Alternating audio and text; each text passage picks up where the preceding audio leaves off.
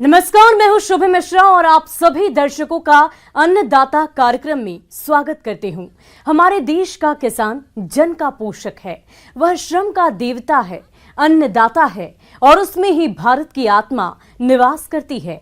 ऐसे ही किसानों की प्रगति के लिए हम खेती बाड़ी से जुड़ी हुई बहुत सी नई लाभकारी जानकारियां हर रोज सुबह लेकर आते हैं। तो चलिए कार्यक्रम शुरू करने से पहले देखते हैं।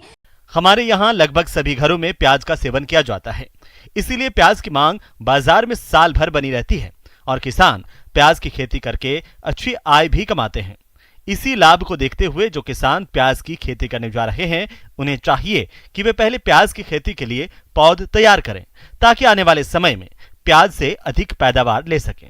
तो आप किस प्रकार से करें प्याज की पौध तैयार, इस बारे में जानकारी दे रहे हैं कृषि विज्ञान केंद्र टांकरडा के विषय विशेषज्ञ NK गुप्ता।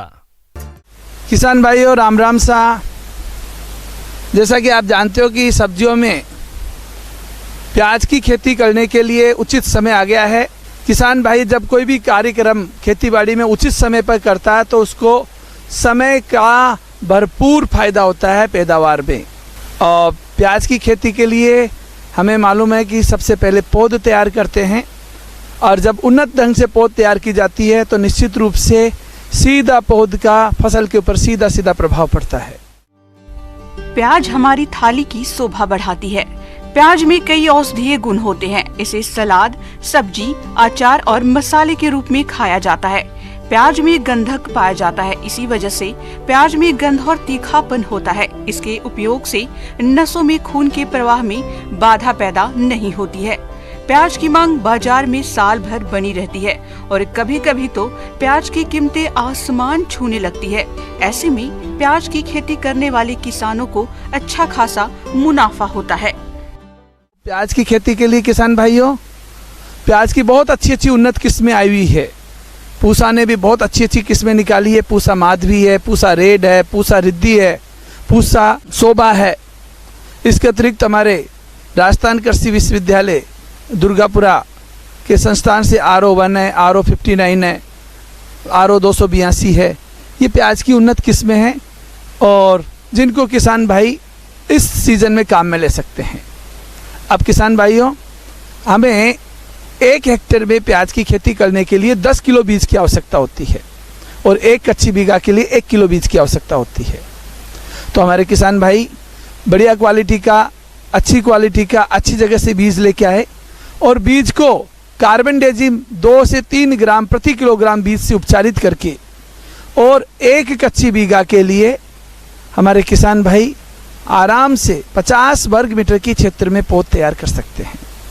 बढ़िया आपको 5 बाई 1 मीटर, 5 मीटर लंबी, 1 मीटर चौड़ी की 10 क्यारियाँ बना ले और बीज 1 क्यारी में 100 ग्राम बीज उपचारित बीज है। तो क्यारी को तैयार करने से पहले उसको अच्छी तरह से गुजाई कर ले। उसमें 2 से 3 प्रत्येक क्यारी में 2 से 3 तगारी गोबर का खाद और प्रत्येक क्यारी में करीबन 500 ग्राम सिंगल सुपर फास्फेट ये डालकर क्यारी को तैयार कर ले। किसान भाइयों प्याज की पौधशाला के लिए रेतीली दोमट भूमि उपयुक्त रहती है। चुनी हुई जगह की पहले जुताई करें। इसके बाद उसमें पर्याप्त मात्रा में गोबर की सड़ी खाद या कंपोस्ट डालकर अच्छी तरह मिलाते हैं। फिर क्यारी की जुताई करके समतल कर लेते हैं।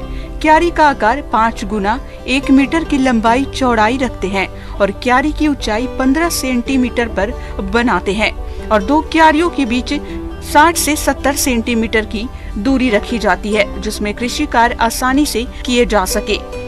बीजों की बुआई लाइनों में करनी चाहिए। इसके बाद नर्सरी बीजों की बुआई के बाद 3 सेंटीमीटर मोटी सतह जिसमें छनी हुई महीना मिट्टी और सड़ी गोबर की खाद या कंपोस्ट खाद से ढक देते हैं।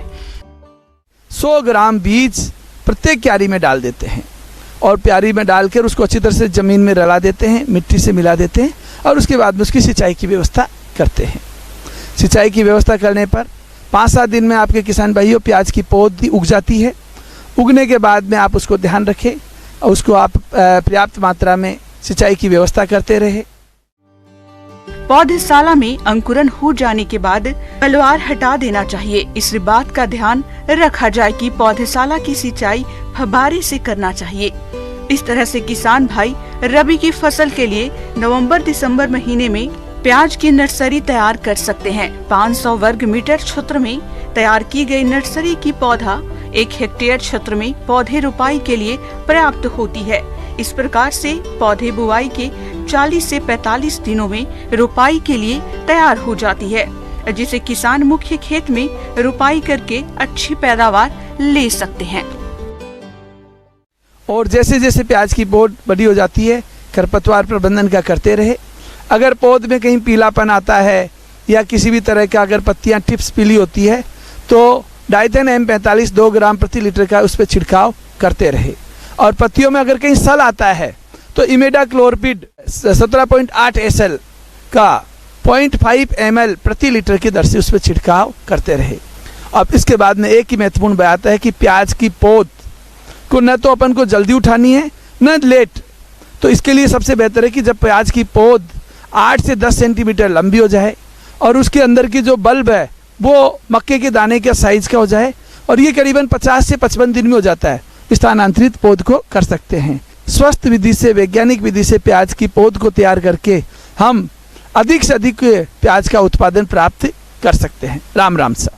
प्रदेश में लंपी स्किन बीमारी का प्रकोप कम हो रहा है, लेकिन पिछले दिनों में लंपी स्किन बीमारी ने पूरे प्रदेश में कहर बरपाया है।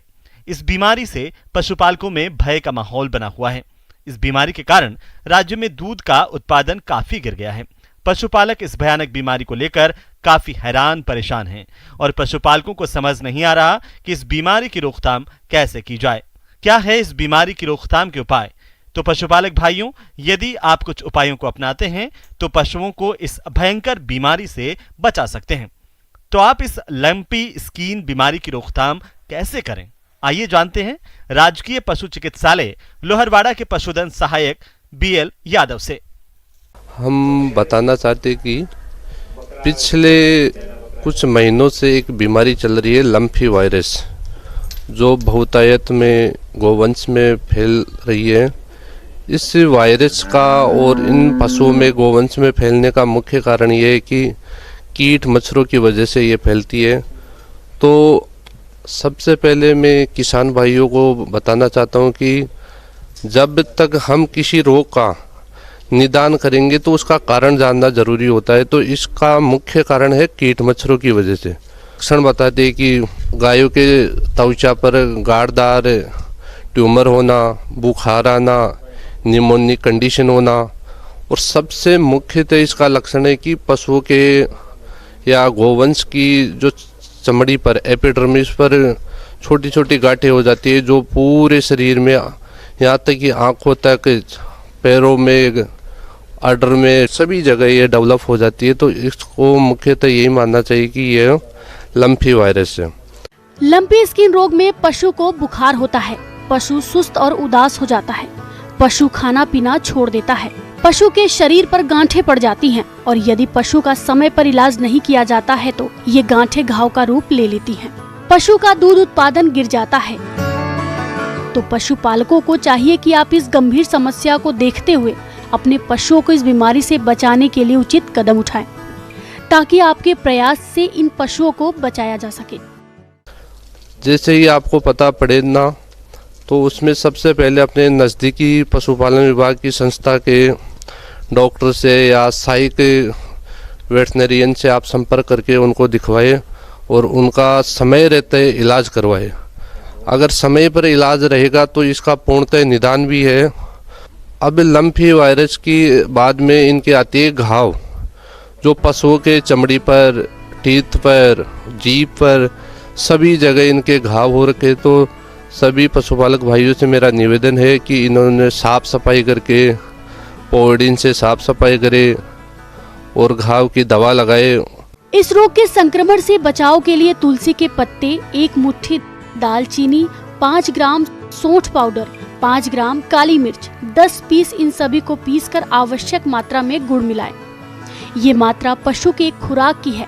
खुराक को सुबह शाम खिलाएं अथवा आंवला, अश्वगंधा, गिलोय और मुलेठी में से किसी एक को 20 ग्राम मात्रा में गुड़ में मिलाकर सुबह शाम लड्डू बनाकर पशु को खिलाएं। यदि पशु को लंपी स्किन रोग हो जाता है तो 3 दिन तक पान के पत्ते 10 नग, काली मिर्च 10 नग, ढेले वाला नमक 10 नग और आवश्यक मात्रा में गुड़ मिलाकर अच्छी तरह पीसकर लड्डू बनाकर पशु को खिलाएं। ये पशु की एक खुराक की मात्रा है। पहले 3 दिनों तक संक्रमित पशु को हर 3 घंटे में एक लड्डू खिलाएं।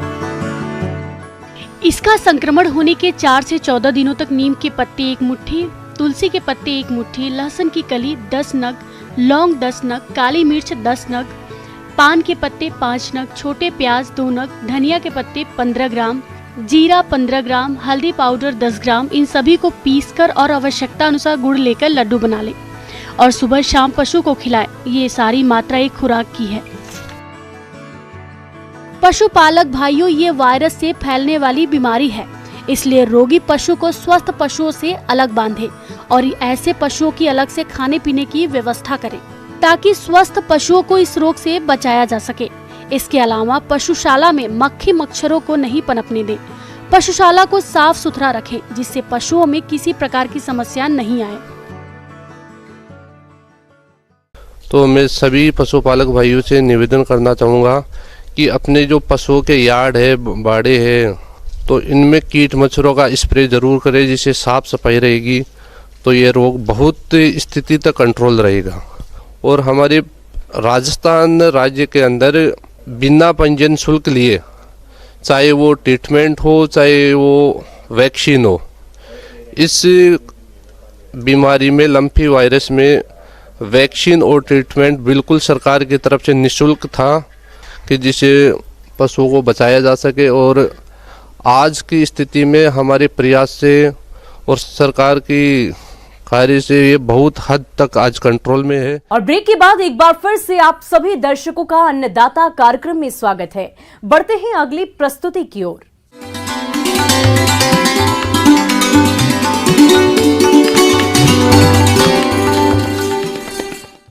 अन्नदाता हेल्पलाइन निशुल्क फोन संपर्क सेवा के माध्यम से आपके द्वारा पूछे गए प्रश्नों में से 1 या 2 महत्वपूर्ण प्रश्न को हम अपने कार्यक्रम में शामिल करते हैं और इसी के तहत आज किसान का सवाल और उसका जवाब कुछ इस प्रकार है। आज के अन्नदाता हेल्पलाइन में जिस प्रश्न को कार्यक्रम में शामिल किया गया है उससे पूछा है राय सिंह नगर जिला श्री गंगानगर के किसान राजपाल सिंह ने। आप जैव उर्वरकों के प्रयोग पर जानकारी चाहते हैं तो राजपाल सिंह जी आपकी जानकारी के लिए प्रस्तुत है कार्यक्रम का यह अंश। आज हम चर्चा करने के लिए खड़े हैं बायो फर्टिलाइज़र के बारे में। बायो फर्टिलाइज़र को हिंदी में कहते हैं जीवाणु खाद। जैसा कि शब्द से ही पता चलता है, जीवाणु खाद। जीवाणु का मतलब ऐसे सूक्ष्म जीव जिसको हम आँख से देख नहीं सकते हैं, उसके लिए मशीन की आवश्यकता पड़ती है। खाद जैसा कि आप जानते हैं, जैसे कि हम रासायनिक खाद डालते हैं, तो जीवाणु खाद का मतलब है कि ऐसे जीवाणु जो खाद के रूप में काम करते हैं, जो फसल में जो पोषक तत्व प्रदान करने का जो है सो माध्यम का काम करते हैं। इसमें बहुत सारे जीवाणु होते हैं, सूक्ष्म जीव होते हैं, जिसमें हम लोग बैक्टीरिया कहते हैं और फंजाई भी है और एक्टिनोमाइसीट्स भी हैं। तो इनका मुख्य काम है जो आसमान में हवा में 78% नाइट्रोजन है उसको ज़मीन में कैसे लाया जाए, मिट्टी में कैसे लाया जाए। तो ये बखूबी जो है सो सक्षम है उस हवा में मौजूद नाइट्रोजन को मिट्टी को प्रदान करने में, चाहे वो पौधे के थ्रू हो, चाहे वो सीधे अपने शरीर में फिक्स करते हैं और मिट्टी को प्रदान कर देते हैं। राइजोबियम जो दलहनी फसल के लिए है, अजेटोबैक्टर एजोस्पाइरलम जो अन्य फसलों के लिए है। इसके बाद है फंजाई है जिसको कवक कहते हैं, जिसको VA माइक्रोबराइजा कहते हैं। वो फास्फोरस को प्रदान करता है मिट्टी में, जो है सो अघुलनशील जो अस्फुर है, जिसको अस्फुर कहते हैं, फास्फोरस कहते हैं, उसको घुलनशील अवस्था में देकर के पौधे को पहुंचाता है। राइजोबियम कल्चर दलहनी फसलों की जड़ों में गुलाबी रंग की गांठ बनाता है। इन गांठों में ही राइजोबियम नामक जीवाणु रहता है जो वायुमंडलीय नाइट्रोजन गैस को भूमि में स्थगित करता है, जिन्हें पौधों द्वारा आसानी से शोषित कर लिया जाता है। राइजोबियम कल्चर के प्रयोग से भूमि में लगभग 15 से 20 किलोग्राम प्रति हेक्टेयर नाइट्रोजन खाद का लाभ होता है। इसके अलावा उपज में लगभग 10% की वृद्धि होती है। इस कल्चर का प्रयोग मूंग, उड़द, अरहर, सोयाबीन, मटर, चना, मूंगफली, मसूर एवं बरसीम के फसल में करते हैं। अब कारक क्या है जिसके चलते हमको बाहर से देना पड़ता है, क्योंकि भाई मिट्टी में तो पहले ही से मौजूद है, तो क्यों हमको बाहर से डालना पड़ता है। मिट्टी में मौजूद है मगर इनकी संख्या कम हो सकती है, क्षमता कम हो सकती है। हमारी मिट्टी अम्लीय है, अम्लीय मिट्टी में जो है सो संख्या इनकी कम हो सकती है। लगातार कालांतर में खाद डाल करके हम मिट्टी का जो सो गुण को खराब कर दे रहे हैं और जैविक पदार्थ का नहीं सेवन कर रहे हैं, जिसके चलते भी इनकी संख्या कम हो सकती है। बहुत तापमान ज़्यादा, पानी जल जमाव और भी अन्य कारण हैं जिसके चलते इनकी संख्या में कमी हो सकती है। कुछ पौधे ऐसे हैं जो उनका घर है, हम लगातार उस पौधे को ले ही नहीं रहे हैं, दूसरे पौधे को ले रहे हैं, तो उनका जो है सो उसमें संख्या कम हो सकता है। इसलिए जो है सो सही फसल चक्र भी अपनाना ज़रूरी होता है। सही फसल चक्र नहीं अपना रहे हैं तो उनकी संख्या कम हो सकती है। तो इन सभी कारणों के चलते इनकी संख्या कम हो जाती है, जिसके चलते हम बाहर से इनका जो प्रयोग करते हैं। एजोटोबैक्टर कल्चर या सूक्ष्म जीवाणु भी राइजोबियम जीवाणु की तरह ही वायुमंडलीय नाइट्रोजन को भूमि में स्थापित करता है। ये जीवाणु जड़ों में किसी प्रकार का गांठ नहीं बनाते हैं। ये जीवाणु मिट्टी में पौधों के जड़ क्षेत्र में स्वतंत्र रूप में पाए जाते हैं तथा नाइट्रोजन गैस के अमोनिया में परिवर्तित कर पौधों को उपलब्ध कराते हैं। इस जीवाणु खाद के प्रयोग में 10 से 20 किलोग्राम नाइट्रोजन प्रति हेक्टेयर की प्राप्ति होती है तथा अनाज वाली फसलों में 10 से 20% एवं सब्जियों में 10% तक की उपज में वृद्धि पाई गई है। इनके प्रयोग से जड़ों में होने वाली फफूंद रोग से भी बचाव होता है। इस कल्चर का प्रयोग गेहूँ, जौ, मक्का, बैगन, टमाटर, आलू एवं तिलहनी फसलों में करते हैं। समुचित मात्रा में हमारे पास जो भी है वो जैविक खाद उसका प्रयोग करें, या हमारे पास जो मौजूद पदार्थ हैं उससे जैविक खाद बनाने की जो है सो कोशिश करें। जैसे कि वर्मी कंपोस्ट हम लोग बनाते हैं। वर्मी कंपोस्ट में आपके पास अगर ज़्यादा समुचित गोबर नहीं है तो 25 से 50% तक ही गोबर का इस्तेमाल करें। बाकी जैसे खरपतवार का इस्तेमाल करके हम जैविक खाद बना लेते हैं, जिससे हमको बहुत ही जो फ़ायदा होता है और ये जीवाणु खाद का भी जो है सो हमारा जो क्षमता है वो बढ़ जाता है। अब रही बात कि भाई कितना नाइट्रोजन, कितना जो है सो कितना खाद हमको मिलेगा इनसे, तो हम इनको सब्स्टिट्यूट कहते हैं। मतलब जो कुछ पार्ट जो है सो हम इसके थ्रू जो नाइट्रोजन या फास्फोरस जो भी है अवेलेबल करा सकते हैं, तो इसमें ये काम कर सकता है। हम रासायनिक खाद के साथ साथ जैविक खाद जैसे वर्मी कंपोस्ट, FIM डालते हैं, उसी तरह से हम जैसे जीवाणु खाद का भी प्रयोग करते हैं, ताकि जैसे कम से कम 20 से 25 kg तक नाइट्रोजन हमको दलहनी फसल में मिल जाए, तथा अन्य फसलों में भी यही करीब रहता है, 20 से 30% जो है सो मिल जाए। सभी प्रकार के जीवाणु खाद से बीज उपचारित करने का तरीका एक जैसा ही है। राइजोबियम कल्चर के एक पैकेट से 10 किलोग्राम बीज को उपचारित कर सकते हैं। बीजों को उपचारित करने के लिए सबसे पहले आधा लीटर पानी में लगभग 100 ग्राम गुड़ डालकर खूब उबालें और जब इसकी चाशनी तैयार हो जाए तो इसे ठंडा करने के बाद एक पैकेट कल्चर जीवाणु खाद डालकर अच्छी तरह से मिला दें। इसके बाद बीजों को उपचारित कर सकते हैं। जिन फसलों की पौध का बिचड़ा लगाया जाता है उनकी रोपाई करने से पूर्व पौधों की जड़ों को एजोस्पर्म या एजोटोबैक्टर के घोल में डुबाकर पौधे को उपचारित किया जा सकता है। तो ये सब सारे जो है सो जीवाणु खाद हैं। अब इसको हम ये करते हैं, कल्चर में तैयार करके छोटे छोटे पैकेट में रखते हैं संरक्षित करके। तो इनका प्रयोग करना जो है सो लाभकारी होता है, जिससे जो है सो ये रासायनिक खाद पर जो खर्च पड़ते हैं, खर्च जो पड़ रहे हैं उसको हम कम करते हैं। साथ ही साथ कि जो है सो मिट्टी पर जो कुप्रभाव पड़ता है खाली खाद रासायनिक खाद से, उससे भी बचते हैं, जिससे जब मिट्टी की जो हमारी जो धरोहर है, जो सो बहुत बेशकीमती धरोहर है, इसको भी बचाए रखने में ये जीवाणु खाद हमको बहुत मदद करता है। तो किसान भाई से ये मेरा अनुरोध है कि जीवाणु खाद अवश्य प्रयोग करें, जितना संभव हो, जैसे भी संभव हो हम जीवाणु खाद का प्रयोग करें, ताकि जैसे रासायनिक खाद से हमको कुछ न कुछ राहत मिल सके।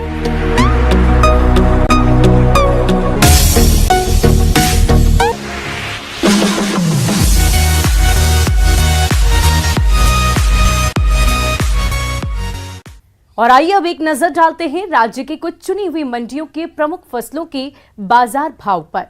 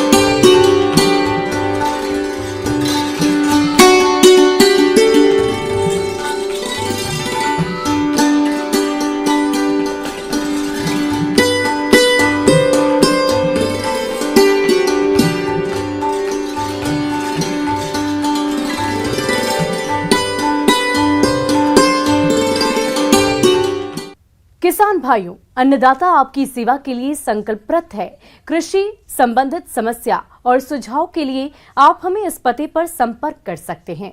प्रोड्यूसर अन्नदाता news 18 Rajasthan, Ramoji film city, Hyderabad 501512। साथ ही आप हमें ईमेल भी कर सकते हैं। हमारा ईमेल है p18annadatarajasthan@nw18.com।